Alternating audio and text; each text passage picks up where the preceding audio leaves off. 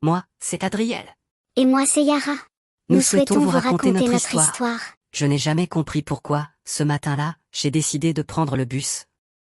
Peut-être que j'en avais assez de la routine, des trajets silencieux dans l'arrière d'une voiture luxueuse, du chauffeur qui me parlait à peine.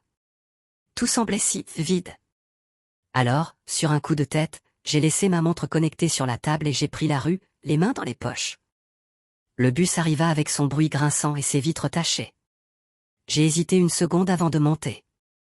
À l'intérieur, il y avait des gens de tous horizons, une mère avec son bébé qui pleurait, un vieil homme qui semblait dormir, des adolescents riant trop fort. Et puis, il y avait elle. Elle était assise au fond, près de la fenêtre. Un livre à la couverture usée reposait entre ses mains fines, et ses boucles dansaient sous le soleil qui filtrait à travers la vitre fissurée. Il y avait quelque chose chez elle, une sorte de calme, de profondeur qui contrastait avec le chaos autour. J'étais figé. Tout ce que j'entendais, c'était mon propre cœur qui battait trop vite. Sans réfléchir, j'ai avancé dans l'allée et je me suis assis, pas trop loin d'elle, mais pas trop près non plus. Mon regard ne cessait de retourner vers elle, même si je faisais semblant de regarder ailleurs. Quand nos yeux se sont croisés pour la première fois, c'était comme si le temps s'était arrêté. Elle m'a jeté un coup d'œil curieux avant de replonger dans son livre. Moi, j'étais déjà perdu. Je n'aime pas qu'on m'observe. Pourtant, dans ce bus, je sentais son regard sur moi. Ce garçon, bien habillé, semblait complètement perdu. Au début, j'ai pensé qu'il cherchait son arrêt. Mais non, il me regardait. Pourquoi? Ce n'était pas la première fois que quelqu'un me regardait dans ce bus, mais il y avait quelque chose de différent chez lui. J'ai gardé les yeux fixés sur mon livre, espérant qu'il se lasserait. Mais il a parlé. Un classique, qu'il a dit. J'ai levé les yeux, surprise. Il regardait la couverture de mon livre. J'ai hésité avant de répondre, méfiante, oui, c'est magnifique. Vous l'avez lu? Il a souri. Un sourire maladroit, mais sincère.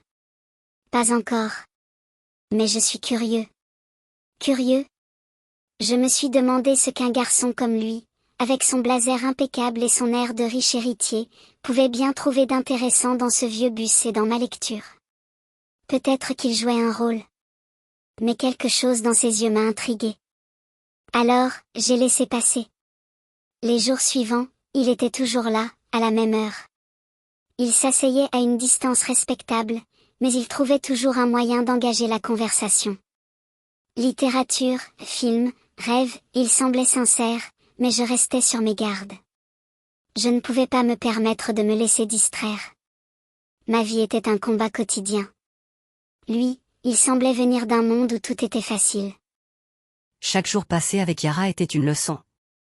Elle avait une force en elle, un feu que je n'avais jamais vu chez personne. Elle parlait de ses études, de ses rêves de devenir professeur, et de sa passion pour les mots. Je me suis retrouvé à attendre nos conversations comme un gamin attend Noël. Elle me faisait oublier qui j'étais supposé être, ou plutôt ce que les gens attendaient de moi. Mais j'avais un secret. Plus je me rapprochais d'elle, plus ce secret devenait lourd. J'aurais dû lui dire dès le début. Lui dire que ma vie n'était pas aussi simple que je le laissais croire. Mais j'avais peur. Peur qu'elle me rejette, qu'elle pense que je faisais semblant. Alors, j'ai continué à lui cacher. Jusqu'à ce que ça me rattrape. Un soir, après l'avoir accompagnée à pied, ma voiture est arrivée. Mon chauffeur m'attendait, comme d'habitude. Je n'avais pas prévu ça.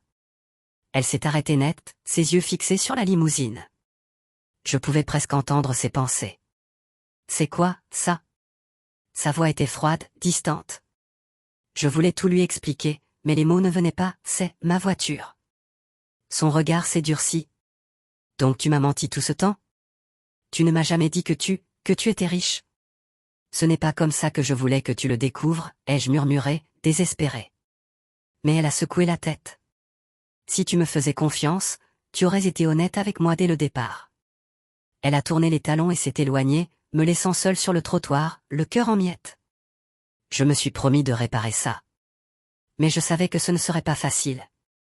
Je ne voulais plus y penser.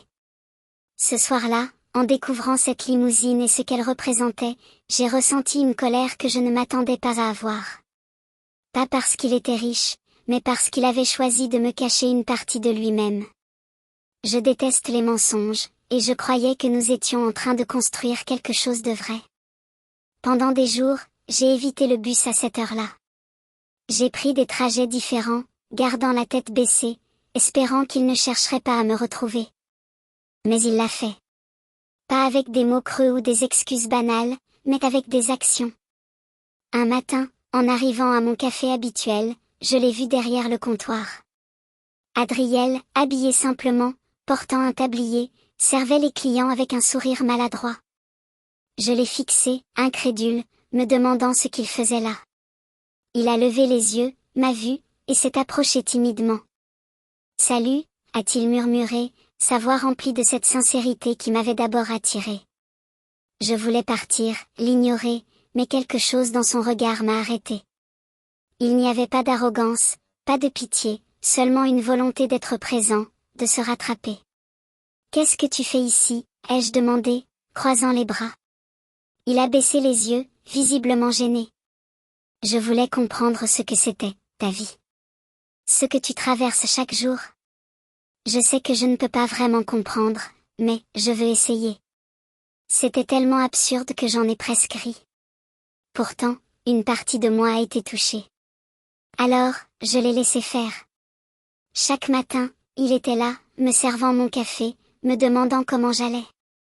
Il ne cherchait pas à se justifier, seulement à être présent.